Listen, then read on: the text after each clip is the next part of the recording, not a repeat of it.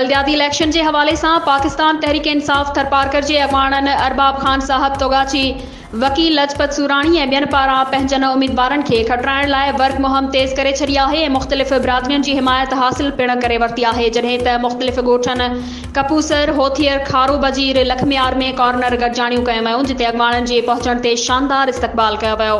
उन मौके ते कॉर्नर गॾजाणियन के खिताब कंदे अगवाणन अरबाब खान साहब वकील लजपत सूराणी ए बियन चयो है त भील बिरादरी समेत बियूं बिरादरियूं पीटीआई सां गॾु आहिनि। पीपल्स पार्टी जा अगवाण उम्मीदवार पंहिंजी शिकस्त ऐं तहरीक इंसाफ की हिमायत ॾिसी बौखलाइजी फर्जी बैलेट पेपरन में असांजा निशान गलत छपराए धांधली की शुरुआत करे छड़ी है। अहिड़े तरह पोलिंग स्टेशन के तब्दील करे मनपसंद अमलो मुक़रर कयो पियो वञे। हुननि चयो त अहिड़ी हुकूमती धांधली ऐं डीआरओ ऐं आरओस खिलाफ धरणे जो ऐलान कयल है। उन मौके ते गोठ होथियर में राजपूत, भील ऐं मेघवाड़ बिरादरी ऐं लखमियार में पिण भील ऐं मेघवाड़ बिरादरी के मोअज़्ज़िज़न वॾे तादाद में अरबाब ग्रुप तहरीक इंसाफ में शमूलियत जो ऐलान करे मुकम्मल हिमायत जो यकीन ॾियारियो।